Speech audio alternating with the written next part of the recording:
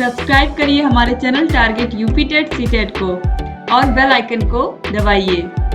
Hello friends, मैं रेनू स्वागत करती हूँ आप सभी भावी अध्यापक एवं अध्यापिकाओं का आपके अपने channel target UP TET CTET में। दोस्तों, आपके डीएलएड 4th सेमेस्टर में सारे विषयों के बहुविकल्पी और अति लघु उत्तरीय प्रश्न राजन सीरीज, पवन सीरीज दोनों ही सीरीज के मैंने कंप्लीट करवा दिए हैं। यहाँ पर आपका जो सेकंड पेपर है शैक्षिक प्रबंधन एवं प्रशासन, इसके अति लघु उत्तरीय प्रश्न बचे हुए थे, तो आज इनको भी हम देखेंगे। तो आज पहला पार्ट यहाँ पर हम कंप्लीट इस क्लास में खत्म करने वाले हैं। तो चलिए स्टार्ट करते हैं क्वेश्चन नंबर 1 से। समुदाय का अर्थ बताइए। तो समुदाय का क्या अर्थ है? समुदाय, जिसे अंग्रेजी में कम्युनिटी कहते हैं, ये दो शब्दों से मिलकर के बना है। कम यानी कि टुगेदर और म्यूनिस यानी कि सेवा करना, टू सर्व। इस प्रकार कम्युनिटी का अर्थ होता है एक साथ सेवा करना, टू सर्व टुगेदर। बोगार्ट्स ने समुदाय की परिभाषा देते हुए कहा है कि समुदाय एक ऐसा सामाजिक समूह है जिसमें कुछ मात्रा में हम की भावना होती है और वह एक क्षेत्र विशेष में रहता है। ठीक है, यानी कि मिल करके साथ में सेवा करना या मिलजुल करके रहना, और इसमें मैं की भावना नहीं होती है कि मैं ही सब कुछ हूं, इसमें हम की भावना होती है, सभी को साथ लेकर के चलने की बात होती है। क्वेश्चन नंबर 2 है राष्ट्रीय शिक्षक शिक्षा परिषद यानी कि एनसीटी अधिनियम कब बना? भी एक क्वेश्चन आप ध्यान से देखिएगा, जब एग्जाम में ये पूछेगा कि एनसीटी की स्थापना कब हुई, जो स्थापना पूछेगा तो आपको पता है कि कौन सा सन है, 1995 है।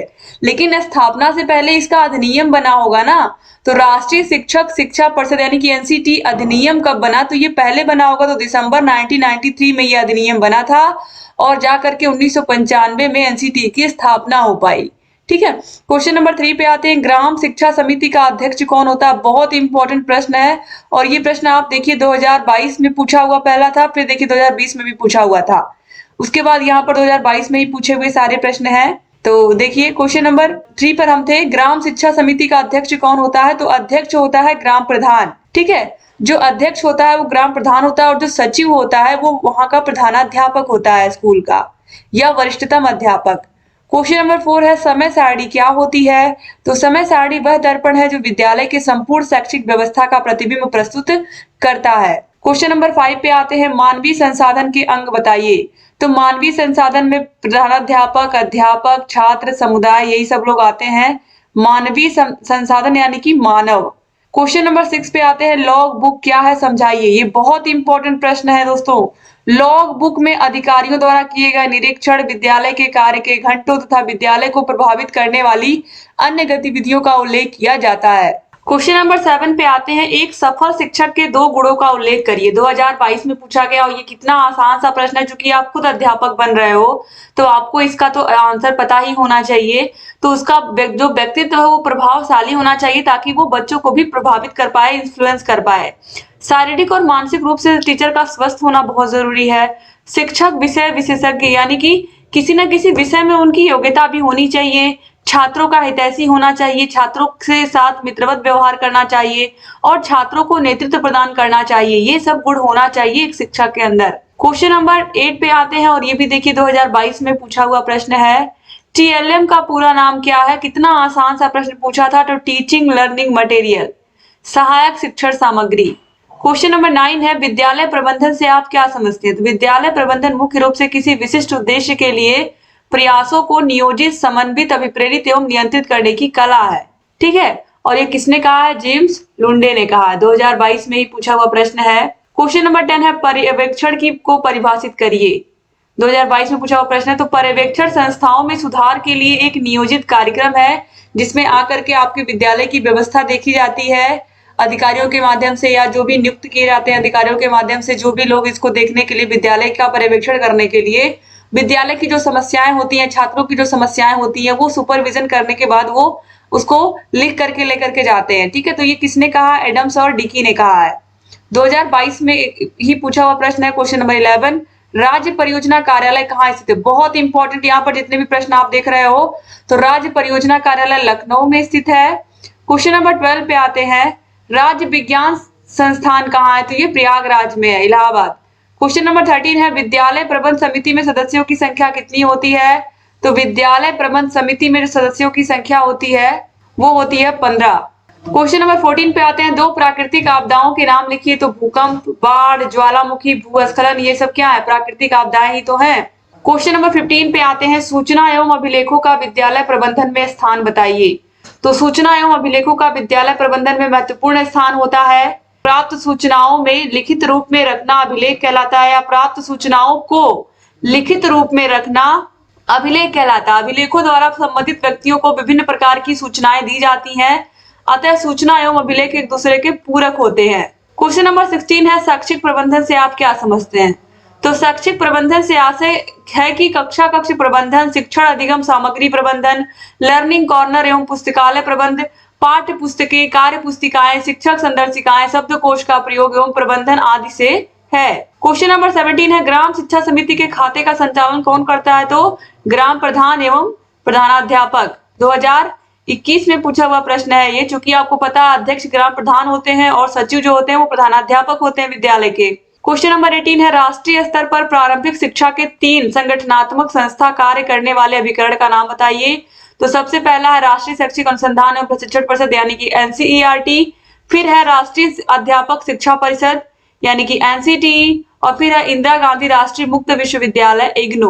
क्वेश्चन नंबर 19 है, एनपीआरसी समन्वयक के कार्यों को बताइए। तो एनपीआरसी समन्वयक को हम क्या कहते हैं? संकुल कहते हैं, और इसके जो काम होते हैं वो पहला है विद्यालय भ्रमण एवं शैक्षिक अनुसमर्थन, फिर है विद्यालय का श्रेणीकरण जिसका आधार भौतिक वातावरण, शिक्षक एवं शिक्षण विधि तथा मूल्यांकन होता है, बैठकों एवं गोष्ठियों का आयोजन, प्रतियोगिताओं का आयोजन, ये सब शिक्षक संकुल के द्वारा किया जाता है। क्वेश्चन नंबर 20 पे आते हैं, टीटी का क्या है? तो आप सभी को पता है टीचर एलिजिबिलिटी टेस्ट है। निःशुल्क एवं अनिवार्य बाल शिक्षा अधिकार अधिनियम 2009 की धारा 2 में दिए गए विद्यालयों में अध्यापक के रूप में नियुक्ति के लिए पात्र होने हेतु एक आवश्यक योग्यता यह है कि उसे शिक्षक पात्रता परीक्षा यानी कि टीटी में उत्तीर्ण होना चाहिए, जिसका आयोजन एनसीटी द्वारा बनाए गए मार्गदर्शी सिद्धांतों के अनुसार समुचित सरकार द्वारा किया जाता है। क्वेश्चन नंबर 21 पे आते हैं, समय सारणी की परिभाषा लिखिए। तो विद्यालय समय चक्र वह दर्पण होता है जो विद्यालय की संपूर्ण शैक्षिक व्यवस्था का प्रतिबिंब प्रस्तुत करता है। इसका मतलब ये हुआ कि विद्यालय में जैसे बच्चों की कौन से घंटी में कौन से विषय पढ़ाए जाएंगे, पहले हिंदी की क्लास चलेगी या पहले इंग्लिश की, गणित की, विज्ञान की, किस तरीके से, और कौन सा पीरियड किस टीचर का है, वह कौन सा विषय पढ़ाएगा, ये सारी चीजें समय सारणी में ही लिखी होती हैं। तो समय सारणी विद्यालय का समय चक्र ही होता है और तरीके से दर्पण होता है जो विद्यालय की संपूर्ण शैक्षिक व्यवस्था का प्रतिबिंब होता है। क्वेश्चन नंबर 22 पे आते हैं, शैक्षिक भ्रमण के 2 महत्व बताइए। बच्चों का टूर जाता है विद्यालयों में या पिकनिक जाता है तो उसका क्या महत्व? तो सबसे पहले देखिए, शैक्षिक भ्रमण से बच्चों में सामाजिकता का गुण विकसित किया जाता है। दूसरा है सूक्ष्म अवलोकन एवं निरीक्षण शक्ति का विकास होता है। 2020 में देखिए पूछे हुए प्रश्न है सब। क्वेश्चन नंबर 23 है, विद्यालय का हृदय किसको कहते हैं? ये बहुत बहुत इंपॉर्टेंट प्रश्न है। तो विद्यालय का हृदय आपको पता है किसको हम लोग कहते हैं? पुस्तकालय को कहते हैं। किसको कहते हैं? पुस्तकालय को कहते हैं। तो यहाँ पर क्या हो जाएगा, समय तालिका की जगह क्या हो जाएगा? विद्यालय के हृदय हम पुस्तकालय को कहते हैं, क्योंकि ये बहुविकल्पीय प्रश्नों में भी पूछा हुआ प्रश्न है, तो इसका उत्तर तो आपको पहले से ही पता रहा होगा। क्वेश्चन नंबर 24 पे आते हैं, विद्यालय संगठन का क्या उद्देश्य है? तो विद्यालय का संचालन, छात्रों का विकास, चरित्र का निर्माण, व्यावसायिक क्षमताओं का विकास, सामाजिक परिवर्तनों का प्रबंध, अंतरराष्ट्रीय सद्भावना तथा मानव मूल्यों का विकास इत्यादि, ये सब विद्यालय संगठन के उद्देश्य हैं।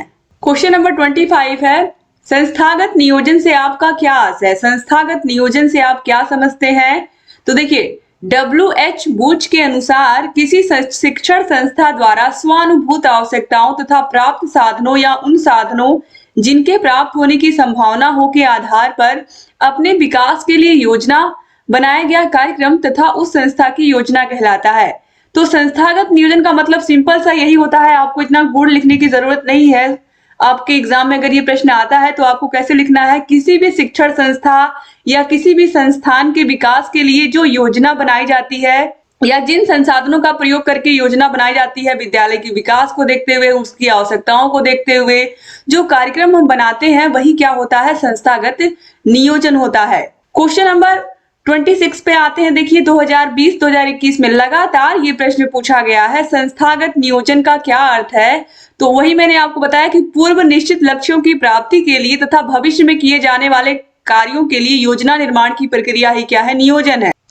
तो विद्यालय प्रबंध से क्या समझते हैं? यहाँ पर आपको समझ में आ गया संस्थागत नियोजन में क्या होता है। पूर्व निश्चित लक्ष्यों की प्राप्ति के लिए हम स्कूल में कोई भी योजना बनाते हैं तो जो लक्ष्यों की प्राप्ति रखते हैं उसको भी ध्यान में रखते हैं कि कौन कौन से लक्ष्यों को हमें प्राप्त करना है और भविष्य में हमें कैसी योजना बनानी है कि जिससे हमारा जो विद्यालय है वो बहुत सुंदर लगे, उसमें सारी सुविधाएं हो जाएं।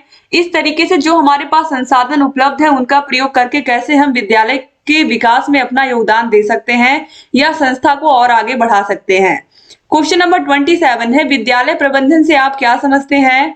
तो विद्यालय प्रबंधन से अभिप्राय किसी भी संगठन या संस्था द्वारा अपने विकास व लक्ष्यों की पूर्ति के लिए योजना बनाना व उसका बेहतर क्रियान्वयन करना और इसके लिए सामूहिक रूप से सतत प्रयास करना। क्वेश्चन नंबर 28 पे आते हैं, विद्यालय प्रबंधन का प्रमुख दायित्व किसका होता है? तो आप सभी को पता है प्रधानाचार्य का होता है या प्रधानाध्यापक का होता है। क्वेश्चन नंबर 29 पे आते हैं, विद्यालय प्रबंधन की 2 विशेषताओं का उल्लेख करिए। तो देखिए, पहला है विद्यालय प्रबंधन में लचीलापन हो। जैसा मैंने कहा कि जो समय सारणी होती है उसको इतना कठोर ना बनाया जाए कि समय सारणी के अनुसार ही अगर किसी क्लास में किसी पीरियड में बच्चों को गणित पढ़ाया जा रहा, बच्चे भले ही उस पीरियड में गणित पढ़ने के लिए इंटरेस्टेड ना हो, फिर भी जबरदस्ती उनको उस पीरियड में गणित पढ़ाया जाए तो ये उचित नहीं है। ठीक है, तो विद्यालय प्रबंधन में यानी कि उसकी जो समय सारणी है उसको इस तरीके से व्यवस्थित किया जाए कि उस पीरियड में बच्चों को गणित ना पढ़ाया जाए। तो ये लचीलापन होना चाहिए। विद्यालय प्रबंधन में व्यवहारिकता भी होनी चाहिए। क्वेश्चन नंबर 30 पे आते हैं, सरल शब्दों में प्रबंधन का अर्थ लिखिए। तो सरल शब्दों में प्रबंधन का अर्थ संगठन में व्यक्तियों से कार्य कराना है। अंग्रेजी शब्द मैनेजमेंट टेक्स्टफुली को मैनेजमेंट कहते हैं। प्रबंधन का अर्थ व्यक्तियों से कार्य लेना है। क्वेश्चन नंबर 31 है, प्रबंधक नियोजन, अभिप्रेरणा तथा नियंत्रण में किस प्रकार सहायक है?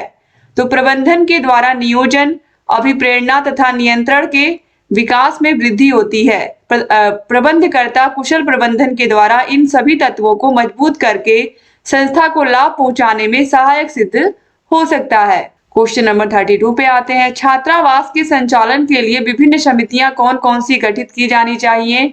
तो देखिए, भोजन समिति, मेस कमेटी, सफाई समिति, सैनिटेशन कमेटी, फिर है अनुशासन समिति, डिसिप्लिन कमेटी, खेल समिति, गेम्स कमेटी, फिर सांस्कृतिक कार्यक्रम समिति यानी कि कल्चरल प्रोग्राम कमेटी। इस तरीके से छात्रावास के जीवन को संचालित करने हेतु इस तरीके की समितियों का गठन करना चाहिए ताकि बच्चे अपने घर से दूर रह के छात्रावास में हॉस्टल में रह के पढ़ रहे हैं तो उन्हें बिल्कुल बोरियत महसूस ना हो और सारे काम अच्छे से हो पाए हॉस्टल के। क्वेश्चन नंबर 33 है, विद्यालय में खेल का मैदान क्यों आवश्यक है?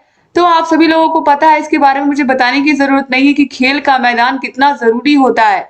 बच्चों के विकास के लिए बच्चों का खेलना बहुत जरूरी है, खासकर छोटे बच्चों का। क्रिकेट, हॉकी, फुटबॉल आदि खेलों को खेलने के लिए स्कूल में खेल के बड़े मैदान की आवश्यकता होती है। इसलिए स्कूल भवन का निर्माण करते समय उसमें खेल के मैदान के लिए अधिक क्षेत्र छोड़ देना चाहिए। क्वेश्चन नंबर 34 पे आते हैं, मानवीय संसाधनों के प्रबंधन से क्या तात्पर्य है? तो मानवीय संसाधनों के प्रबंधन का तात्पर्य उचित एवं योग्यता अनुसार कार्य वितरण से है, जिसको कि व्यक्ति की क्षमता के परीक्षण के पश्चात प्रदान किया जाता है। मानवीय संसाधनों का सकुशल प्रबंधन ही किसी विद्यालय तथा शैक्षिक व्यवस्था का मुख्य आधार होता है। तो मानवीय प्रबंधन में आप सभी को पता है, मानवीय संसाधनों में प्रधानाध्यापक, शिक्षक, छात्र और समुदाय आते हैं। क्वेश्चन नंबर 35 पे आते हैं, विद्यालय प्रबंधन के लक्ष्यों एवं उद्देश्यों का प्रतिपादन कौन करता है? तो प्रबंधन के लक्ष्यों एवं उद्देश्यों का प्रतिपादन प्रबंध समिति द्वारा किया जाता है। क्वेश्चन नंबर 36 पे आते हैं, विद्यालय प्रबंध का आकलन कौन कौन सी समितियां करती हैं? तो शिक्षक परिषद, छात्र परिषद, शिक्षक समितियां, विशिष्ट समितियां एवं सामाजिक सेवा समितियां। क्वेश्चन नंबर 37 है, विद्यालय प्रबंधन क्षेत्र के कोई 4 कार्य बताइए। तो पहला है शिक्षक वर्ग के कार्य में समन्वय, यानी कि शिक्षकों का कार्य जो है वो सभी को बराबर मिले, अलग अलग क्लास में किसको क्या पढ़ाना है। पाठ्यक्रम नियोजन एवं कार्य विभाजन, फिर है विद्यालय में अनुशासन बनाए रखना और लास्ट है विद्यालय का बजट बनाना। क्वेश्चन नंबर 38 है, राष्ट्रीय शिक्षक शिक्षा परिषद एक्ट कब बना? तो ये प्रश्न आपने शुरुआत में भी देखा है कि एनसीटी का जो एक्ट है यानी कि जो अधिनियम है ये 1993 में बना था और एनसीटी की स्थापना कब हुई थी? 1995 में हुई थी। क्वेश्चन नंबर 39 है, राष्ट्रीय शैक्षिक योजना तथा प्रशासन संस्था किस शहर में है? तो दिल्ली में है। क्वेश्चन नंबर 40 पे आते हैं, मातृ शिक्षक संघ की स्थापना क्यों की गई? तो शैक्षिक एवं सामाजिक लाभ की सूचनाओं को महिलाओं तक पहुंचाने के लिए मातृ शिक्षक संघ की स्थापना की गई है। आज प्रदेश के प्रत्येक विद्यालय में माता शिक्षक संघ की स्थापना की जा चुकी है। क्वेश्चन नंबर 41 है, अभिभावक शिक्षक संघ में सदस्यों की कुल संख्या कितनी होती है? तो अभिभावक शिक्षक संघ में सदस्यों की संख्या 20 होती है। क्वेश्चन नंबर 42 पे आते हैं, विद्यालय अनुदान पर टिप्पणी लिखिए। तो विद्यालय के वित्तीय प्रबंधन हेतु राज्य सरकार से अनुदान प्रत्येक विद्यालय को प्राप्त होता है। साल में एक बार ग्रांट मिलती है। यह अनुदान जिला विद्यालय निरीक्षक या बेसिक शिक्षा अधिकारी द्वारा प्रत्येक विद्यालय को प्राप्त होता है। इसी अनुदान से विद्यालय के खर्चे चलते हैं। अब शिक्षकों का भुगतान भी बेसिक शिक्षा अधिकारी द्वारा किया जाता है। अब ये सब प्रक्रिया चेंज हो चुकी है दोस्तों, लेकिन यहाँ पर अभी जो लिखा है आपकी किताब में उसको आपको पढ़ना ही है। क्वेश्चन नंबर 43 पे आते हैं, समुदाय से प्राप्त धन का क्या होता है? तो विद्यालय को समुदाय के सदस्यों, धनी मानी तथा समाज सेवी संस्थाओं द्वारा विद्यालय के क्रियाकलापों हेतु धन दिया जाता है। जैसे कि किसी मंत्री ने, किसी नेता ने या गांव के ग्राम प्रधान ने धन दिया है विद्यालय की मरम्मत के लिए या विद्यालय के सौंदर्यीकरण के लिए, तो यह धन भी विद्यालय की वित्त व्यवस्था को सुधारने में सहायक होता है। समुदाय के सदस्य विद्यालय में कमरे का निर्माण करा देते हैं। क्वेश्चन नंबर 44 पे आते हैं, कक्षा कक्ष प्रबंधन से आपका क्या आशय है? तो वर्तमान समय में कक्षा कक्ष प्रबंधन का तात्पर्य उन भौतिक एवं मानवीय व्यवस्थाओं से होता है जिससे शिक्षण अधिगम प्रक्रिया को प्रभावी बनाया जा सके। कक्षा कक्ष के प्रबंधन से अभिप्राय है कक्षा से संबंधित उपकरणों की व्यवस्था, जैसे कक्षा कक्ष में चौक, डस्टर, मैप, ठीक है, और इसके अलावा चार्ट पेपर, ये सारी चीजें होनी चाहिए जिससे बच्चों को हम कोई भी कुछ एक्स्ट्रा करिकुलम की चीजें करवाना चाहें तो हम करवा पाए। क्वेश्चन नंबर 45 पे आते हैं, आदर्श विद्यालय से आपका क्या आशय है? तो एक आदर्श विद्यालय भवन अत्यंत विशाल एवं विस्तृत होता है, इसकी कलाकृति आकर्षक लगने वाली हो तथा इसमें छात्रों के चलने फिरने की पूर्ण सुविधा हो। क्वेश्चन नंबर 46 पे आते हैं, पुस्तकालय सुधार संबंधी कोई 4 उपाय बताइए। तो पहला है, पुस्तकालय में फर्नीचर की व्यवस्था होनी चाहिए ताकि बच्चे बैठ करके अपनी मनपसंद किताबों को पढ़ पाए। फिर है बुक बैंक की स्थापना की जाए। फिर है पुस्तकालय में लाइब्रेरी कार्ड द्वारा प्रवेश दिया जाए, यानी कि लाइब्रेरी कार्ड बनाया जाए बच्चों का। फिर है विद्यालय समय सारणी में पुस्तकालय कालांश निर्धारित हो। इसके बाद क्वेश्चन नंबर 47 पे आते हैं, खेल का क्या महत्व है? छात्रों के स्वास्थ्य एवं आंतरिक प्रवृत्तियों की अभिव्यक्ति एवं विकास की दृष्टि से खेल का विशेष महत्व होता है और खेल से बच्चों का सर्वांगीण विकास होता है। ये तो आपको पता ही है, शारीरिक भी होता है और मानसिक भी होता है। क्वेश्चन नंबर 48 पे आते हैं, एनपीआरसी का प्रमुख कौन होता है? तो एनपीआरसी का प्रमुख संकुल प्रभारी होता है। क्वेश्चन नंबर 49 है, समय तालिका एक साधन है या साध्य? बताइए। तो समय तालिका को स्वयं में एक साधन के रूप में समझना चाहिए, यह साध्य नहीं है। जहां भी इसका प्रयोग हमने साध्य के रूप में करने की चेष्टा की, यह अपने गौरव को समाप्त कर देता है। यानी कि एक साधन है जिसके द्वारा हम आसानी से बच्चों को हर विषय को पढ़ा पाते हैं, ठीक है। क्वेश्चन नंबर 50 है, समय सारणी क्या है? तो अपने दैनिक कार्यों को योजनाबद्ध रूप में संचालित करने के लिए विद्यालय जो व्यवस्था करता है वही समय सारणी कहलाती है, जिसमें शिक्षकों के अपने कार्य के घंटे बटे होते हैं और किस क्लास में कौन सा विषय कब पढ़ाया जाएगा ये भी लिखा होता है। तो इस तरीके से यहाँ पर टोटल 50 क्वेश्चंस आप लोगों ने किए। उम्मीद करती हूँ कि क्लास आपको पसंद आई हो। अगली क्लास में हम सेकंड पार्ट को भी देखेंगे। Thank you so much class को पूरा देखने के लिए। चैनल से बने रहिए और अगर वीडियो को शेयर नहीं किया अभी आपने तो प्लीज शेयर भी कर दीजिए और अगर चैनल को सब्सक्राइब नहीं किया तो प्लीज सब्सक्राइब कर दीजिए। और अगर आपको कोई भी प्रॉब्लम आ रही है, किसी भी विषय की क्लासेस नहीं मिल रही है या कोई दिक्कत है, तो ये कॉन्टेक्ट नंबर यहाँ पर है हमारा, इस पर कॉन्टेक्ट करके आप सारी जानकारी हमसे ले सकते हैं। और आपको डिस्क्रिप्शन बॉक्स, कमेंट बॉक्स में आपके 8 के 8 सब्जेक्ट की क्लासेस की लिंक, मास्टर क्लासेस की link, previous year question papers की लिंक सब आपको मिल जाएंगे। तो देखते रहिए, जहाँ कहीं कोई भी डाउट हमसे पूछते रहिए। जय हिंद।